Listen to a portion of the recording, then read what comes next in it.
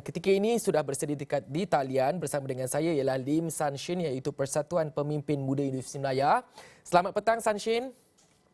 Ya, selamat petang. Apa khabar? Khabar baik. Sanshin, saya pasti Sanshin juga sudah mendengar intipati ucapan-ucapan yang disampaikan oleh Perdana Menteri sebentar tadi dan melalui 3 poin utama ada kesejahteraan rakyat, pemulihan ekonomi dan juga mendatangkan keyakinan pelabur untuk kembali melabur di Malaysia dalam situasi kita berdepan dengan keadaan berkembar masalah ekonomi dan juga kesihatan ketika ini. Jadi apa yang diharapkan sebagai anak muda Sanshin sendiri, apa lagi yang diharapkan dalam gagasan keluarga Malaysia ini? Sanshin. Okey, bagi saya tengok apa yang konsep ini iaitu keluarga Malaysia yang telah diperkenalkan. Dia telah mula sejak dari ucapan sulung Perdana Menteri Yang Berhormat Perdana Menteri Ismail Sabri. Dalam ucapan sulung beliau telah menyebut tentang keluarga Malaysia iaitu konsep kekeluargaan. Saya berharap konsep ini dapat membawa dan juga menyatu padukan semua rakyat Malaysia.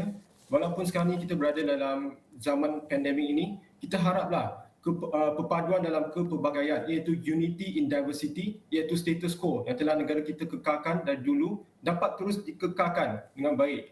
Dan saya tengok konsep ini, saya berharap agar konsep ini dapat menyemai dan juga menyemarakkan semangat patriotisme dalam kalangan anak muda supaya mereka mempunyai semangat juang dan sentiasa mencapai kejayaan yang tertinggi dalam apa jua bidang dan dalam kapasiti mereka masing-masing.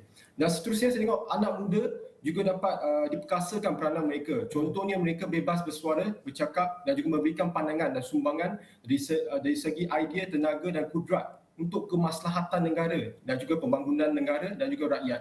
Saya tengok sebagaimana perlembagaan perkara 10(1)(a) telah menyatakan setiap warga negara mempunyai hak bersuara dan juga kebebasan bercakap. Maka saya tengok belia dan juga seluruh rakyat Malaysia perlu menggunakan dan memanfaatkan hak-hak mereka untuk memberikan input kepada kerajaan. Contohnya dalam sesi libat lurus ataupun menulis artikel dan sebagainya. Dan seterusnya saya tengok apa yang harapan saya adalah melalui konsep ini, negara Malaysia dapat terus dimajukan sebagai satu negara yang makmur, inklusif dan juga mampan. Sebagaimana yang diperkenalkan konsep keluarga Malaysia dan juga dalam IMK ke-12.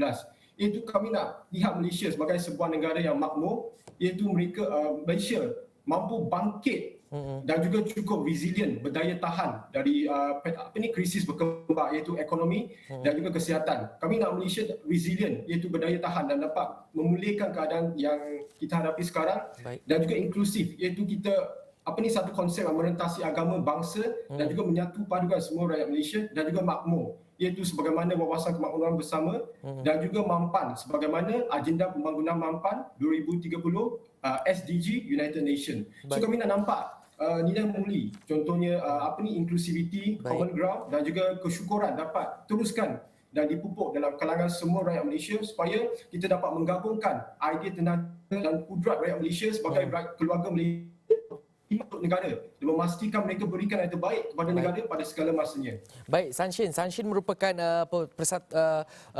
Persatuan Pemimpin Muda Universiti Melaya, sebahagian daripada kumpulan tersebut. Jadi bagaimana Sanshin melihat peranan Sanshin sendiri sebagai anak muda untuk meyakinkan anak muda yang lain untuk memberi pemahaman yang lebih lanjut kepada anak muda yang lain tentang konsep dan juga gagasan keluarga Malaysia ini. Jadi bagaimana Sanshin melihat peranan Sanshin, betapa pentingnya untuk mereka faham konsep dan juga gagasan keluarga Malaysia ini?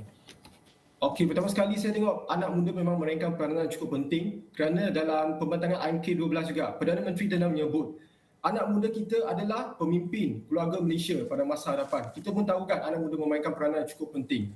Okey, maka saya akan mencadangkan supaya anak muda dapat menghayati dengan mengamalkan sikap toleransi dan juga menjaga hubungan baik dengan rakan mereka dari pelbagai kaum, agama, contohnya roommate mereka ataupun kawan dari fakulti yang sama. Mereka perlu menghargai mereka dan janganlah berkawan dengan satu kaum saja, tapilah campur dengan semua kaum kerana kita tahu tak kenal maka tak cinta. Kita nak silang budaya itu dan integrasi nasional dapat diwujudkan dan ditingkatkan sejak dari kampus, sejak dari bangku sekolah lagi.